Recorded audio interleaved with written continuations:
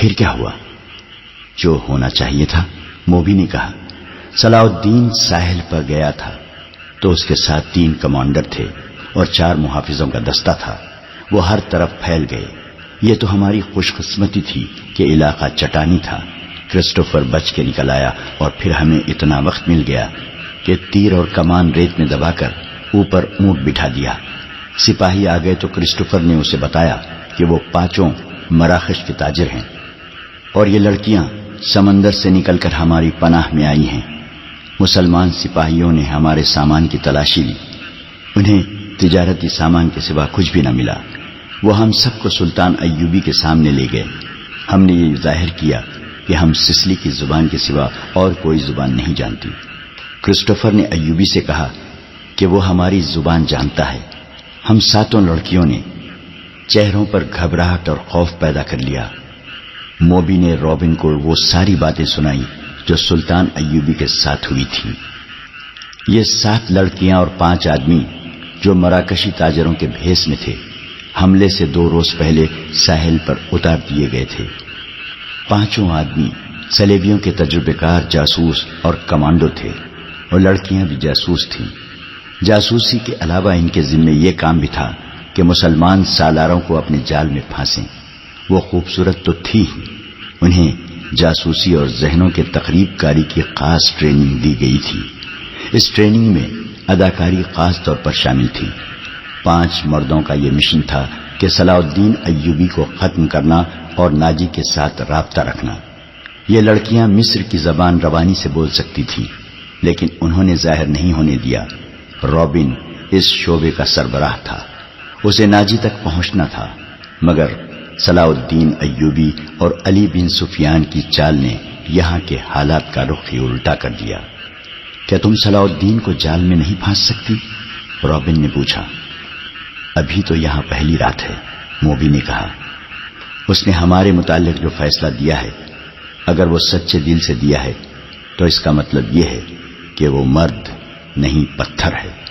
اگر اسے ہمارے ساتھ کوئی دلچسپی ہوتی تو کسی ایک لڑکی کو اپنے خیمے میں بلا لیتا۔ اسے قتل کرنا بھی آسان نہیں۔ وہ ایک ہی بار ساحل پر آیا تھا مگر تیر خطا گیا۔ وہ سالاروں اور محافظوں کے نرغے میں رہتا ہے۔ ادھر ایک سنتری ہمارے سر پر کھڑا ہے اور محافظوں کے پورے دستے نے صلاح الدین کے خیمے کو گھیر رکھا ہے۔ وہ 5 کہاں ہیں؟ رابن نے پوچھا۔ تھوڑی دور ہیں، موبی نے جواب دیا۔ وہ ابھی یہیں رہیں گے۔ سنو موبی، رابن نے کہا، اس شکست نے مجھے پاگل کر دیا ہے۔ میرے ضمیر پر اتنا بوجھ آ پڑا ہے جیسے اس شکست کی ذمہ داری مجھ پر عائد ہوتی ہے۔ سلیب پر ہاتھ رکھ کر حلف تو سب سے لیا گیا ہے، لیکن ایک سپاہی کے حلف میں اور میرے حلف میں زمین و آسمان جتنا فرق ہے۔ میرے رتبے کو سامنے رکھو، میرے فرائض کو دیکھو۔ آدھی جنگ مجھے زمین کے نیچے سے اور پیٹھ کے پیچھے سے وار کر کے جیتنی تھی، مگر میں اور تم 7 اور وہ 5 اپنا فرض ادا نہیں کر سکے۔ مجھ سے یہ سلیب جواب مانگ رہی ہے۔ اس نے گلے میں ڈالی ہوئی سلیب ہاتھ میں لے کر کہا، میں اسے اپنے سینے سے جدا نہیں کر سکتا۔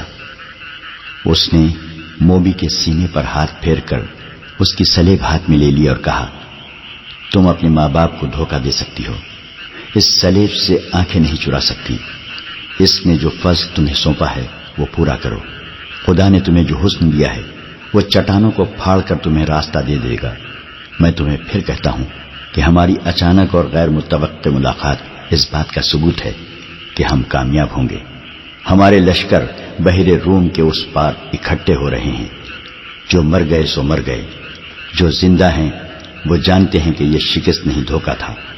تم اپنے خیمے میں واپس جاؤ اور ان لڑکیوں سے کہو کہ خیمے میں نہ پڑی رہیں، بار بار صلاح الدین ایوبی سے ملیں، اس کے سالاروں سے ملیں، بے تکلفی پیدا کریں، مسلمان ہو جانے کا جھانسا دے۔ آگے وہ جانتی ہیں کہ انہیں کیا کرنا ہے۔ سب سے پہلے تو یہ معلوم کرنا ہے کہ یہ ہوا کیا۔ موبی نے کہا، کیا سوڈانیوں نے ہمیں دھوکہ دے دیا ہے؟ میں یقین کے ساتھ کچھ نہیں کہہ سکتا، رابن نے کہا۔ میں نے حملے سے بہت پہلے مصر میں پھیلائے ہوئے اپنے جاسوسوں سے جو معلومات حاصل کی تھیں وہ یہ ہیں کہ صلاح الدین ایوبی کو سوڈانیوں کے 50,000 محافظ لشکر پر بھروسہ نہیں، حالانکہ یہ مسلمانوں کے وائسرائے مصر کی اپنی فوج ہے۔ ایوبی نے آ کر مصری فوج تیار کر لی ہے، سوڈانی اس میں شامل نہیں ہونا چاہتے۔ ان کے کمانڈر ناجی نے ہم سے مدد طلب کی تھی، میں نے اس کا خط دیکھا تھا اور میں نے تصدیق کی تھی کہ یہ خط ناجی کا ہی ہے اور اس میں کوئی دھوکہ نہیں، مگر ہمارے ساتھ ہماری تاریخ کا سب سے بڑا دھوکہ ہوا ہے۔ مجھے یہ معلوم کرنا ہے کہ یہ کیسے ہوا، کس نے کیا۔ یہ چھان بین کیے بغیر واپس نہیں جا سکتا۔ شاہ اگسٹس نے بڑے فخر سے کہا تھا کہ میں مسلمانوں کے گھروں کے اندر کے بھید معلوم کر کے ان کی بنیادیں ہلا دوں گا۔ اب تصور کرو موبی، شہنشاہ کے دل پر کیا گزر رہی ہوگی، وہ مجھے سزائے موت سے کیا کم سزا دے گا، صلیب کا قہر مجھ پر الگ نازل ہوگا۔ میں سب جانتی ہوں، موبی نے کہا، جذباتی باتیں نہ کرو، عمل کی بات کرو، مجھے بتاؤ میں کیا کروں۔ رابن کے اعصاب پر اپنا فرض اور شکست کا احساس اس حد تک غالب تھا کہ اسے یہ بھی احساس نہیں تھا کہ موبی جیسی دلکش لڑکی، جس کے ایک ایک نقش اور جسم کے انگ انگ میں شراب کا طلسم بھرا ہوا تھا، اس کے سینے سے لگی ہوئی ہے، اور اس کے ریشم جیسے ملائم اور لمبے بال اس کے آدھے چہرے کو ڈھانپے ہوئے ہیں۔ رابن نے ان بالوں کے لمس کو ذرا سا محسوس کیا اور کہا، موبی، تمہاری یہ بال ایسی مضبوط زنجیریں ہیں جو صلاح الدین ایوبی کے گرد لپٹ گئیں تو تمہارا غلام ہو جائے گا، لیکن تمہیں سب سے پہلا جو کام کرنا ہے وہ یہ ہے کہ کرسٹوفر اور اس کے ساتھیوں سے کہو کہ وہ تاجروں کے بھیس میں ناجی کے پاس پہنچیں اور معلوم کریں کہ اس کے لشکر نے بغاوت کیوں نہیں کی اور یہ راز فاش کس طرح ہوا کہ اس سے فائدہ اٹھا کر صلاح الدین ایوبی نے گنتی کے چند ایک دستے گھات میں بٹھا کر ہماری 3 افواج کا بیڑا غرق کر دیا، اور انہیں یہ بھی کہو کہ معلوم کریں کہ ناجی صلاح الدین ایوبی سے ہی تو نہیں مل گیا اور اس نے ہمارا یہی حشر کرانے کے لیے ہی تو خط نہیں لکھا تھا۔ اگر ایسا ہی ہوا ہے تو ہمیں اپنی جنگی منصوبوں میں رد و بدل کرنا ہوگا۔ مجھے یہ یقین ہو گیا ہے کہ اسلامیوں کی تعداد کتنی ہی تھوڑی کیوں نہ ہو، انہیں ہم آسانی سے شکست نہیں دے سکتے۔ ضروری ہو گیا ہے کہ ان کے حکمرانوں کا اور عسکری قیادت کا جذبہ ختم کیا جائے۔ ہم نے تم جیسی لڑکیاں عربوں کے حرموں میں داخل کر دی ہیں۔ تم نے بات پھر لمبی کر دی ہے، موبی نے اسے ٹوکتے ہوئے کہا۔ ہم اپنے گھر میں ایک بستر پر نہیں لیٹے ہوئے ہیں کہ بڑے مزے سے ایک دوسرے کو کہانیاں سناتے رہیں۔ ہم دشمن کے کیمپ میں قید اور پابند ہیں، باہر سنتری پھر رہے ہیں، رات گزرتی جا رہی ہے، ہمارے پاس لمبی باتوں کا وقت نہیں ہے، ہمارا مشن تباہ ہو چکا ہے۔ اب بتاؤ کہ ان حالات میں ہمارا مشن کیا ہونا چاہیے؟ ہم 7 لڑکیاں اور 6 مرد ہیں، ہم کیا کریں؟ ایک یہ کہ ناجی کے پاس جائیں اور اس کے دھوکے کی چھان بین کریں، پھر کسے اطلاع دیں؟ تم کہاں ملو گے؟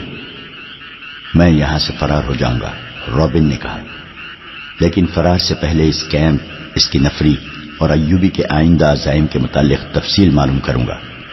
اس شخص کے متعلق ہمیں بہت چوکنا رہنا ہوگا۔ اس وقت اسلامی قوم میں یہ واحد شخص ہے جو صلیب کے لیے خطرہ ہے، ورنہ اسلامی خلافت ہمارے جال میں آتی چلی جا رہی ہے۔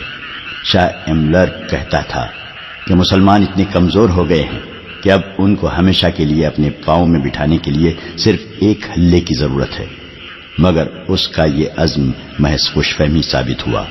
مجھے یہاں رہ کر ایوبی کی کمزور رگیں دیکھنی ہے اور تمہیں 5 آدمیوں کے ساتھ مل کر سوڈانی لشکر کو بھڑکانا اور بغاوت کرانی ہے۔ نہایت ضروری یہ ہے کہ ایوبی زندہ نہ رہے۔ اگر وہ زندہ رہے تو ہمارے اس قید خانے میں زندہ رہے جہاں وہ عمر کی آخری گھڑی تک سورج نہ دیکھ سکے اور رات کو آسمان کا اسے ایک بھی تارا نظر نہ آئے۔ تم پہلے اپنے خیمے میں جاؤ اور اپنی 6 لڑکیوں کو ان کا کام سمجھا دو، انہیں خاص طور پر ذہن نشین کرا دو کہ اس آدمی کا نام علی بن سفیان ہے جسے ان ریشمی بالوں، شربتی آنکھوں اور اتنے دلکش جسموں سے ایسا بیکار کرنا ہے کہ وہ صلاح الدین ایوبی کے کام کا نہ رہے، اور اگر ہو سکے تو اس کے اور صلاح الدین ایوبی کے درمیان ایسی غلط فہمی پیدا کرنی ہے کہ وہ ایک دوسرے کے دشمن ہو جائے۔ تم سب اچھی طرح جانتی ہو کہ دو مردوں میں غلط فہمی اور دشمنی کس طرح پیدا کی جاتی ہے۔ جاؤ اور لڑکیوں کو مکمل ہدایت دے کر کرسٹوفر کے پاس پہنچو، اسے میرا سلام کہنا، اور یہ بھی کہنا کہ تیرے تیر کو ایوبی پر آ کر ہی خطا ہونا تھا۔ اب اس گناہ کا کفارہ ادا کرو اور جو کام تمہیں سونپا گیا ہے وہ 100% پورا کرو۔ رابن نے موبی کے بالوں کو چوم کر کہا، تمہیں سلیب پر اپنی عزت بھی قربان کرنا پڑے گی، لیکن خدائے یسوع مسیح کی نظروں میں تم مریم کی طرح کماری ہوگی۔ اسلام کو جڑ سے اکھاڑنا ہے۔ ہم نے یروشلم لے لیا ہے، مصر بھی ہمارا ہوگا۔ موبی رابن کے بستر سے نکلی اور خیمے کے پردے کے پاس جا کر پردہ اٹھایا، باہر جھانکا۔ اندھیرے میں اسے کچھ بھی نظر نہ آیا۔ وہ باہر نکل گئی اور خیمے کی اوٹ سے دیکھا کہ سنتری کہاں ہے۔ اسے دور کسی کے گنگنانے کی آواز سنائی دی۔ یہ سنتری ہی ہو سکتا تھا۔ موبی چل پڑی، درختوں سے گزرتی، قدم قدم پر پیچھے دیکھتی، وہ ٹیلے تک پہنچ گئی اور اپنے خیمے کا رخ کر لیا۔ نصف راستہ طے کیا ہوگا کہ اسے دو آدمیوں کی دبی دبی باتوں کی آوازیں سنائی دینے لگی۔ یہ آوازیں اس کے خیمے کے قریب معلوم ہوتی تھیں۔ اسے یہ خطرہ نظر آنے لگا کہ سنتری نے معلوم کر لیا ہے کہ ایک لڑکی غائب ہے اور وہ کسی دوسرے سنتری کو یا اپنے کمانڈر کو بلا لیا ہے۔ اس نے سوچا کہ خیمے میں جانے کی بجائے اپنے ان 5 ساتھیوں کے پاس چلی جائے جو مراکشی تاجروں کے بھیس میں کوئی 1.5 میل دور خیمہ زن تھے، مگر اسے یہ خیال بھی آ گیا کہ اس کی گمشدگی سے باقی لڑکیوں پر مصیبت آ جائے گی۔ وہ تھیں تو پوری چالاک، پھر بھی ان پر پابندیاں سخت ہونے کا خطرہ تھا اور کوئی چارہ کار بھی نہ تھا۔ موبی ذرا آگے اور چلی گئی تاکہ ان دونوں آدمیوں کی باتیں سن سکے۔ ان کی زبان وہ سمجھتی تھی۔ یہ تو اس نے دھوکہ دیا تھا کہ وہ سسلی زبان کے سوا اور کوئی زبان نہیں سمجھتی۔ وہ آدمی خاموش ہو گئے۔ موبی دبے پاؤں آگے بڑھی۔ اسے بائیں طرف قدموں کی آہٹ سنائی دی۔ اس نے چونک کر دیکھا، درختوں کے درمیان اسے ایک سیاہ سایہ جو کسی انسان کا تھا جاتا نظر آیا۔ اس نے رخ بدل لیا اور ٹیلے کی طرف آنے لگا۔ موبی کوئی خطرہ مول نہیں لینا چاہتی تھی۔ وہ ٹیلے پر چڑھنے لگی۔ ٹیلا اونچا نہیں تھا، فوراً ہی وہ اوپر چلی گئی۔ وہ تھی تو بہت ہوشیار، لیکن ہر انسان ہر قدم پر پوری احتیاط نہیں کر سکتا۔ وہ ٹیلے کی چوٹی پر کھڑی ہو گئی۔ اس کے پس منظر میں ستاروں سے بھرا ہوا آسمان تھا۔ سمندر اور صحرا کی فضا رات کو آئینے کی طرح شفاف ہوتی ہے۔ درختوں میں جاتے ہوئے آدمی نے ٹیلے کی چوٹی پر ٹونڈ منڈ درخت کے تنے کی طرح کا ایک سایہ دیکھا۔ موبی نے پہلو اس آدمی کی طرف کر دیا۔ اس کے بال کھلے ہوئے تھے جنہیں اس نے ہاتھ سے پیچھے کیا۔ اس کی ناک، سینے کا ابھار اور لمبا لبادہ تاریکی میں بھی راز کو فاش کرنے لگا۔ یہ آدمی رات کے سنتریوں کا کمانڈر تھا۔ وہ آدھی رات کے وقت کیمپ کی گشت پر نکلا اور سنتریوں کو دیکھتا پھر رہا تھا۔ یہ سنتریوں کی تبدیلی کا وقت تھا۔ کمانڈر اس لیے زیادہ چوکس تھا کہ سلطان ایوبی 3 سالاروں کے ساتھ کیمپ میں موجود تھا۔ سلطان ڈسپلن کا بڑا ہی سخت تھا۔ ہر کسی کو ہر لمحہ خطرہ لگا رہتا تھا کہ سلطان رات کو اٹھ کر گشت پر آ جائے گا۔ کمانڈر سمجھ گیا کہ ٹیلے پر کوئی لڑکی کھڑی ہے۔ اسی شام کمانڈروں کو خبردار کیا گیا تھا کہ صلیبیوں نے جاسوسی اور تخریب کاری کے لیے لڑکیوں کو استعمال کرنا شروع کر دیا ہے۔ یہ لڑکیاں صحرائی خانہ بدوش کے بہروپ میں بھی ہو سکتی ہیں اور ایسی غریب لڑکیوں کے بھیس میں بھی جو فوجی کیمپوں میں کھانے کے لیے بھیک مانگنے آتی ہیں، اور یہ لڑکیاں اپنے آپ کو مغویہ اور مظلوم ظاہر کر کے پناہ بھی مانگ سکتی ہیں۔ کمانڈروں کو بتایا گیا تھا کہ آج 7 لڑکیاں سلطان کی پناہ میں آئی ہیں جنہیں بظاہر رحم کر کے مگر انہیں مشتبہ سمجھ کر پناہ میں لے لیا گیا ہے۔ اس کمانڈر نے یہ احکام سن کر اپنے ایک ساتھی سے کہا تھا، اللہ کرے ایسی کوئی لڑکی مجھ سے پناہ مانگے، اور وہ دونوں ہنس پڑے تھے۔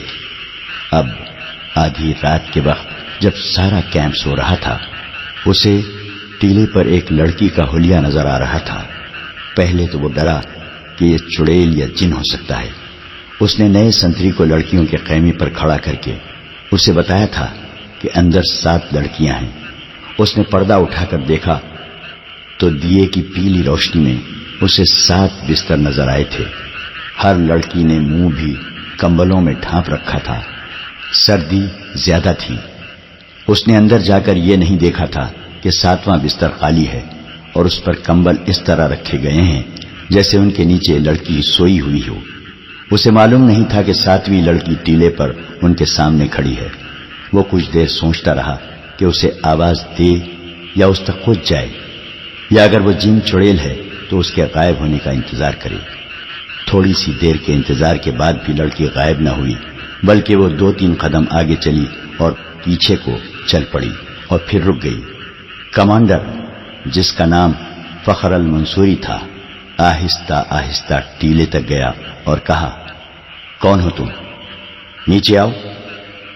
لڑکی نے ہرن کی طرح چوکڑی بھری اور ٹیلے کی دوسری طرف اتر گئی۔ فخر کو یقین ہو گیا کہ کوئی انسان ہے، جن چڑیل نہیں۔ وہ تنومند مرد تھا۔ ٹیلا اونچا نہیں تھا۔ وہ لمبے لمبے ڈگ بھرتا ٹیلے پر چڑھ گیا۔ ادھر بھی اندھیرا تھا۔ رات کی خاموشی میں اسے لڑکی کے قدموں کی آہٹ سنائی دی۔ وہ ٹیلے سے دوڑتا اترا اور لڑکی کے پیچھے گیا۔ لڑکی اور تیز دوڑ پڑی۔ فاصلہ بہت تھا، لیکن فخر مرد تھا، فوجی تھا، چیتے کی رفتار سے دوڑ رہا تھا۔ ٹیلے کے پیچھے اونچی نیچی زمین، خشک جھاڑیاں اور کہیں کہیں کوئی درخت تھا۔ بہت سا دوڑ کر فخر المنصوری نے محسوس کیا کہ اس کے آگے تو کوئی بھی نہیں۔ اس نے رک کر ادھر ادھر دیکھا۔ اسے اپنے پیچھے اور بہت سا بائیں کو لڑکی کے قدموں کی آہٹ سنائی دی۔ وہ تربیت یافتہ لڑکی تھی۔ جہاں اسے حسن اور شباب کے استعمال کی تربیت دی گئی تھی، وہاں اسے فوجی ٹریننگ بھی دی گئی اور خنجر زنی کے داؤ پیچ بھی سکھائے گئے تھے۔ وہ ایک درخت کے اوٹ میں چھپ گئی تھی۔ فخر آگے گیا تو وہ دوسری طرف دوڑ پڑی۔ یہ تعاقب آنکھ مچیلی کی مانند تھا۔ فخر کو اندھیرا پریشان کر رہا تھا۔ موبی کے قدم خاموش ہو جاتے تو وہ رک جاتا، قدموں کی آواز سنائی دیتی تو وہ دوڑ پڑتا۔ غصے سے وہ باولا ہوا جا رہا تھا۔ اس نے یہ جان لیا کہ یہ کوئی جوان لڑکی ہے۔ اگر بڑی عمر کی ہوتی تو اتنی تیز اور اتنا زیادہ نہ بھاگ سکتی۔ تعاقب میں فخر 2 میل فاصلہ طے کر گیا۔ موبی نے جھاڑیوں اور اونچی نیچی زمین سے بہت فائدہ اٹھایا۔ اس کے مرد ساتھیوں کا ڈیرا قریب آ گیا تھا۔ وہ دوڑتی ہوئی وہاں تک جا پہنچی۔ اس نے اپنے آدمیوں کو آوازیں دی۔ وہ گھبرا کر جاگے اور خیمے سے باہر آئے۔ ایک نے مشعل جلا لی۔ یہ ڈنڈے کے سرے پر لپٹے ہوئے کپڑے تھے۔ ان کی آگ کی روشنی بہت زیادہ تھی۔ فخر نے تلوار سوت لی اور ہانپتا کانپتا ان کے سامنے جا کھڑا ہوا۔ اس نے دیکھا کہ یہ 5 آدمی لباس سے سفری تاجر نظر آتے ہیں اور مسلمان لگتے ہیں۔ لڑکی ان میں سے ایک کی ٹانگوں کو دونوں بازوؤں میں مضبوطی سے پکڑے بیٹھی ہوئی تھی۔ مشعل کے ناشتے شعلے میں اس کے چہرے پر گھبراہٹ اور خوف نظر آ رہا تھا۔ اس کا سینہ ابھر اور بیٹھ رہا تھا۔ اس کی سانسیں بری طرح اکھڑی ہوئی تھی۔ یہ لڑکی میرے حوالے کر دو، فخر المنصوری نے حکم کے لہجے میں کہا۔ یہ ایک نہیں، ایک آدمی نے التجا کے لہجے میں جواب دیا۔ ہم نے تو 7 لڑکیاں آپ کے سلطان کے حوالے کی ہیں، آپ اسے لے جا سکتے ہیں؟ نہیں، موبی نے اس کی ٹانگوں کو اور مضبوطی سے پکڑتے ہوئے، روتے ہوئے اور خوفزدہ لہجے میں کہا، میں اس کے ساتھ نہیں جاؤں گی۔ یہ لوگ عیسائیوں سے زیادہ وحشی ہیں۔ ان کا سلطان انسان نہیں، سانڈ ہے، درندہ ہے۔ اس نے میری ہڈیاں بھی توڑ دی ہیں۔ میں اس سے بھاگ کر آئی ہوں۔ کون سلطان؟ فخر نے حیران سا ہو کر پوچھا۔ وہی جسے تم سلطان صلاح الدین ایوبی کہتے ہو، موبی نے جواب دیا۔ وہ اب مصر کی عربی بول رہی تھی۔ یہ لڑکی جھوٹ بول رہی ہے، فخر نے کہا اور پوچھا، یہ ہے کون؟ تمہاری کیا لگتی ہے؟ اندر آ جاؤ دوست، باہر سردی ہے، ایک آدمی نے فخر سے کہا۔ تلوار نیام میں ڈال لو، ہم تاجر ہیں، ہم سے آپ کو کیا خطرہ ہے؟ آؤ، اس لڑکی کی بپتا سن لو۔ اس نے آہ بھر کر کہا، میں آپ کے سلطان کو مرد مومن سمجھتا تھا، مگر ایک خوبصورت لڑکی کو دیکھ کر وہ ایمان سے ہاتھ دھو بیٹھا۔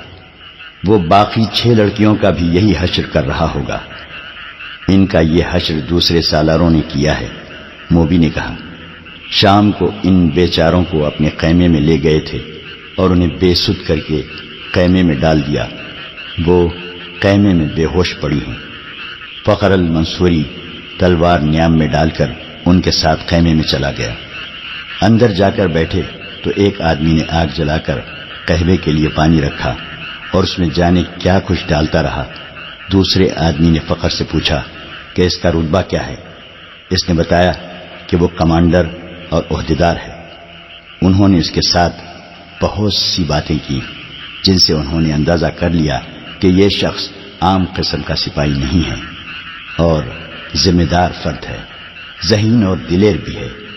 ان لوگوں میں سے ایک نے، جو کرسٹوفر تھا، فخر کو 7 لڑکیوں کی بالکل وہی کہانی سنائی جو انہوں نے صلاح الدین ایوبی کو سنائی تھی۔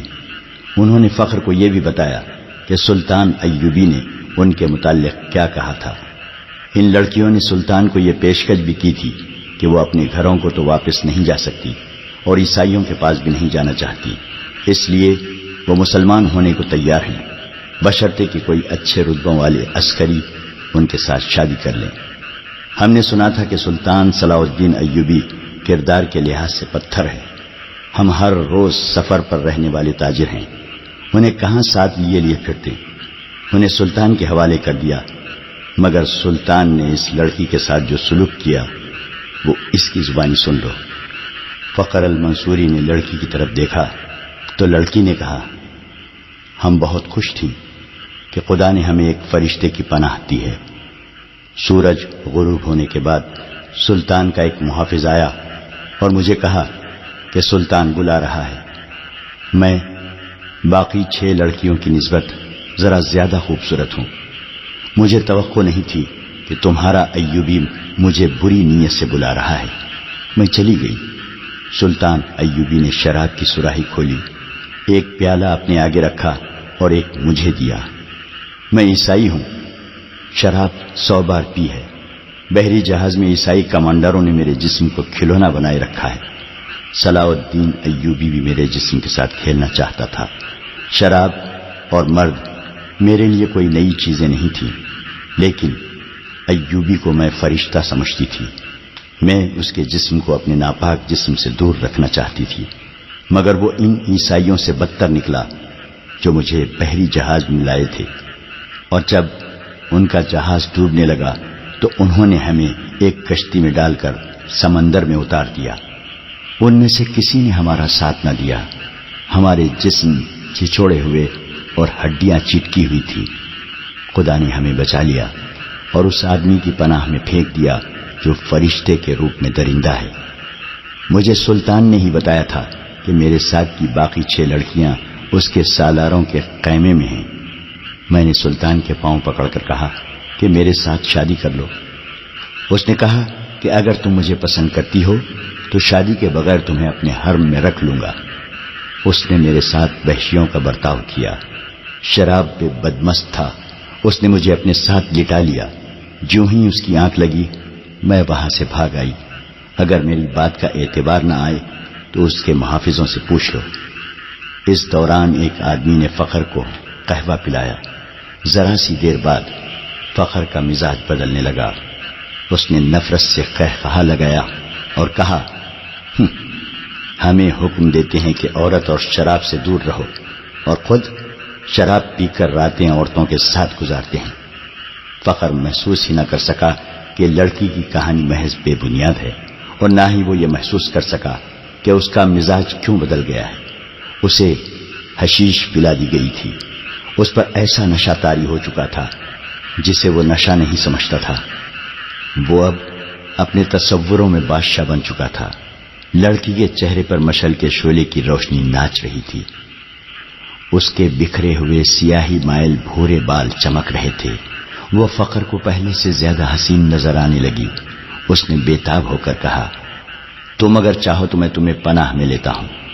نہیں، لڑکی ڈر کر پیچھے ہٹ گئی اور بولی، تم بھی میرے ساتھ اپنے سلطان جیسا سلوک کرو گے۔ تم مجھے اپنے خیمے میں لے جاؤ گے اور میں ایک بار پھر تمہارے سلطان کے قبضے میں آ جاؤں گی۔ ہم تو اب دوسری 6 لڑکیوں کو بھی بچانے کی سوچ رہے ہیں۔ ایک تاجر نے کہا، ہم ان کی عزت بچانا چاہتے تھے مگر ہم سے بھول ہوئی۔ فخر المنصوری کی نگاہیں لڑکی پر جمی ہوئی تھیں۔ اس نے اتنی خوبصورت لڑکی کبھی نہیں دیکھی تھی۔ خیمے میں خاموشی طاری ہو گئی جسے کرسٹوفر نے توڑا۔ اس نے کہا، تم عرب سے آئے ہو یا مصری ہو؟ مصری، فخر نے کہا، میں 2 جنگیں لڑ چکا ہوں، اسی لیے مجھے یہ عہدہ دیا گیا ہے۔ سوڈانی فوج کہاں ہے جس کا سالار ناجی ہے؟ کرسٹوفر نے پوچھا۔ اس فوج کا ایک سپاہی بھی ہمارے ساتھ نہیں آیا، فخر نے جواب دیا۔ جانتے ہو ایسا کیوں ہوا؟ کرسٹوفر نے کہا، سوڈانیوں نے صلاح الدین ایوبی کی امارت اور کمان کو تسلیم نہیں کیا۔ وہ فوج اپنے آپ کو آزاد سمجھتی ہے۔ ناجی نے سلطان ایوبی کو بتایا تھا کہ وہ مصر سے چلے جائیں کیونکہ وہ غیر ملکی ہیں۔ اسی لیے ایوبی نے مصریوں کی فوج بنائی اور لڑانے کے لیے یہاں لے آیا۔ اس نے تم لوگوں کو شرافت اور نیکی کا جھانسا دیا اور خود عیش کر رہا ہے۔ کیا تمہیں مال غنیمت ملا ہے؟ اگر تمہیں ملا بھی تو سونے چاندی کے 2 ٹکڑے مل جائیں گے۔ صلیبیوں کے جہازوں سے بے بہا خزانہ سلطان ایوبی کے ہاتھ آیا ہے۔ وہ سب رات کے اندھیرے میں سینکڑوں اونٹوں پر لاد کر قاہرہ روانہ کر دیا گیا ہے، جہاں سے دمشق اور بغداد چلا جائے گا۔ سوڈانی لشکر کو سلطان نہتہ کر کے غلاموں میں بدل دینا چاہتا ہے۔ پھر عرب سے فوج آ جائے گی اور تم مصری بھی غلام ہو جاؤ گے۔ اس عیسائی کی ہر ایک بات فخر المنصوری کے دل میں اترتی جا رہی تھی۔ اثر باتوں کا نہیں بلکہ موبی کے حسن اور حشیش کا تھا۔ عیسائیوں نے یہ حربہ حسن بن صباح کے حشیشین سے سیکھا تھا۔ موبی کو بالکل توقع نہیں تھی کہ یہ صورتحال پیدا ہو جائے گی کہ ایک مصری اس کے تعاقب اس کے دام میں آ جائے گا۔ انہیں معلوم ہو گیا کہ فخر مصر کی زبان کے سوا اور کوئی زبان نہیں جانتا۔ موبی نے اپنے 5 ساتھیوں کو سنانا شروع کر دیا کہ رابن زخمی ہونے کا بہانہ کر کے زخمیوں کے خیمے میں پڑا ہے، اور اس نے کہا ہے کہ ناجی سے مل کر معلوم کرو کہ اس نے بغاوت کیوں نہیں کی، یا اس نے عقب سے صلاح الدین ایوبی پر حملہ کیوں نہیں کیا، اور یہ بھی معلوم کرو کہ اس نے ہمیں دھوکہ تو نہیں دیا۔ وہ باتیں کر رہی تھی تو فخر نے پوچھا، یہ کیا کہہ رہی ہے؟ یہ کہہ رہی ہے، ایک نے جواب دیا، اگر یہ شخص یعنی تم صلاح الدین ایوبی کی فوج میں نہ ہوتے تو یہ تمہارے ساتھ شادی کر لیتی۔ یہ مسلمان ہونے کو بھی تیار ہے، لیکن کہتی ہے کہ اسے اب مسلمانوں پر بھروسہ نہیں رہا۔ فخر نے بے تابی سے لپک کر لڑکی کو بازو میں پکڑا اور اپنی طرف گھسیٹ کر کہا، اگر میں بادشاہ ہوتا تو خدا کی قسم تمہاری خاطر تخت اور تاج قربان کر دیتا۔ اگر شرط یہی ہے کہ میں صلاح الدین ایوبی کو دی ہوئی تلوار پھینک دوں تو یہ لو۔ اس نے کمر بند سے تلوار کھولی اور نیام سمیت لڑکی کے قدموں میں رکھ دی۔ کہا، میں اب سے ایوبی کا سپاہی اور کمانڈر نہیں ہوں، مگر ایک شرط اور بھی ہے۔ لڑکی نے کہا، میں اپنا مذہب تمہاری خاطر ترک کر دیتی ہوں، لیکن صلاح الدین ایوبی سے انتقام ضرور لوں گی۔ کیا اسے میرے ہاتھ سے قتل کرانا چاہتی ہو؟ فخر نے پوچھا۔ لڑکی نے اپنے آدمیوں کی طرف دیکھا، سب نے ایک دوسرے کی طرف دیکھا۔ آخر کرسٹوفر نے کہا، ایک صلاح الدین ایوبی نہ رہا تو کیا فرق پڑے گا؟ ایک اور سلطان آ جائے گا، وہ بھی ایسا ہی ہوگا۔ مصریوں کو آخر غلام ہی ہونا پڑے گا۔ تم ایک کام کرو، سوڈانیوں کے سالار ناجی کے پاس پہنچو اور یہ لڑکی اس کے سامنے کر کے اسے بتاؤ کہ سلطان صلاح الدین ایوبی اصل میں کیا ہے اور اس کے ارادے کیا ہیں۔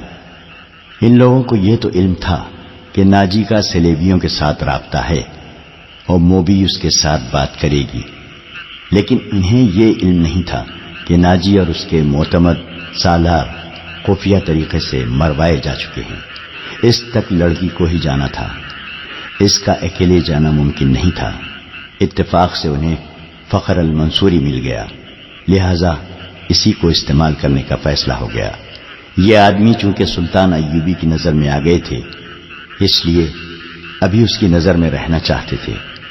اس کے علاوہ انہوں نے موبی سے سن لیا تھا کہ ان کے شعبہ جاسوسی اور تقریب کاری کا سربراہ رابن اسی کیمپ میں ہے اور فرار ہوگا، اس لیے وہ اسے مدد دینے کے لیے بھی وہاں موجود رہنا چاہتے تھے۔ ان کے ارادے معلوم نہیں کیا تھے۔ صلاح الدین ایوبی پر چلایا ہوا ان کا تیر قطع ہو گیا تھا تو انہیں سلطان ایوبی کے سامنے لے جایا گیا تھا۔ ان کا بہروپ اور ڈرامہ کامیاب رہا، لیکن ان کا مشن تباہ ہو گیا تھا، لہٰذا اب وہ بدلی ہوئی صورتحال اور اتفاقات سے فائدہ اٹھانے کی کوشش کر رہے تھے۔ فخر المنصوری حسن اور حشیش کے جال میں آ گیا تھا۔ اس نے واپس کیمپ میں نہ جانے کا فیصلہ کر لیا تھا۔ اسے یہ مشورہ دیا گیا کہ وہ لڑکی کو لے کر روانہ ہو جائے۔ ان لوگوں نے اسے اپنا ایک اونٹ دے دیا، پانی کا ایک مشکیزہ دیا اور تھیلے میں کھانے کا بہت سارا سامان ڈال دیا۔ یہ اشیاء کچھ ایسی تھی جن میں حشیش ملی ہوئی تھی۔ موبی کو ان کا علم تھا۔ فخر کو ایک لمبا چوغا اور تاجروں والی دستار پہنا دی گئی۔ لڑکی اونٹ پر سوار ہوئی، اس کے پیچھے فخر سوار ہو گیا اور اونٹ چل پڑا۔ فخر گرد و پیش سے بے خبر تھا اور وہ اپنے ماضی سے بھی بے خبر ہو گیا تھا۔